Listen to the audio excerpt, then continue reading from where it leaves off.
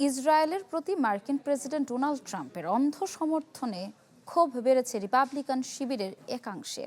দেশটিতে বিদ্যমান অর্থনৈতিক চাপের মুখেও থেমে নেই গাজায় বর্বর হামলা চালানো ইসরায়েলকে দেওয়া সামরিক সহায়তা।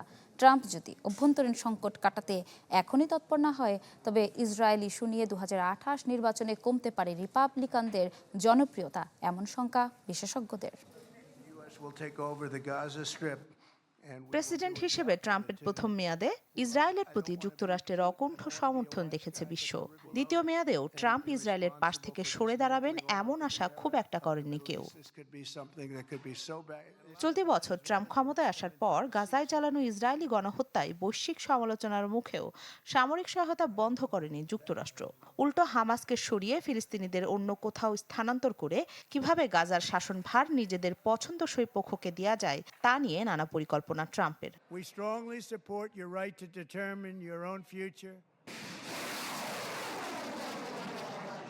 গত অক্টোবরে প্রকাশিত কস্ট অফ ওয়ার প্রজেক্ট এর সর্বশেষ প্রতিবেদন মতে, গাজায় যুদ্ধ শুরুর পর থেকে যুক্তরাষ্ট্র ইসরায়েলকে $21 বিলিয়ন বেশি সহায়তা দিয়েছে।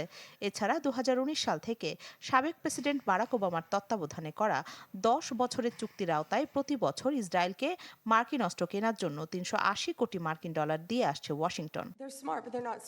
চলতি বছরের মার্চে মার্কিন পররাষ্ট্রমন্ত্রী মার্কো রুবিও ঘোষণা দেন, যুক্তরাষ্ট্র ইসরায়েলকে $4 বিলিয়ন জরুরি সামরিক সহায়তা পাঠাবে। ট্রাম্প প্রশাসন দায়িত্ব নেওয়ার পর থেকে ইসরায়েলের কাছে $12 বিলিয়ন মার্কিন সামরিক অস্ত্র বিক্রির অনুমোদন দেওয়া হয়েছে, এমন কথাও জানান রুবিও। যেখানে খোদ যুক্তরাষ্ট্রে বিদ্যমান নানা অর্থনৈতিক চাপ, দেশটিতে বেড়েছে জীবনযাত্রার ব্যয়, স্বাস্থ্যসেবার খরচ লাগাম ছাড়া, এমনকি শাটডাউনের মতো কঠিন সিদ্ধান্তও নিতে হয়েছে সরকারকে। এসবের মাঝেও থেমে থাকেনি ইসরায়েলে মার্কিন সহায়তা। তেল আবিবের প্রতি ট্রাম্পের জোরালো সমর্থনে অস্বস্তি বেড়েছে রিপাবলিকান শিবিরের একটি অংশে।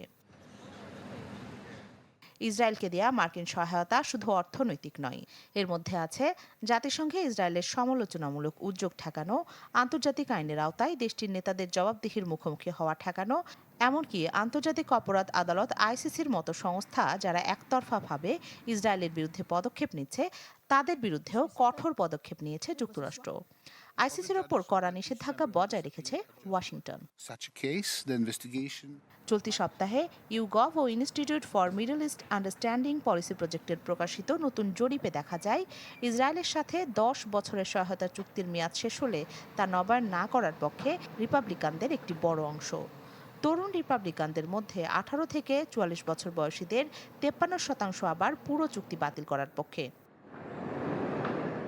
বিশেষজ্ঞদের মতে 2028 মার্কিন প্রেসিডেন্ট নির্বাচনে ইসরায়েলের প্রতি ট্রাম্পের সমর্থনের নেতিবাচক প্রভাব পড়তে পারে।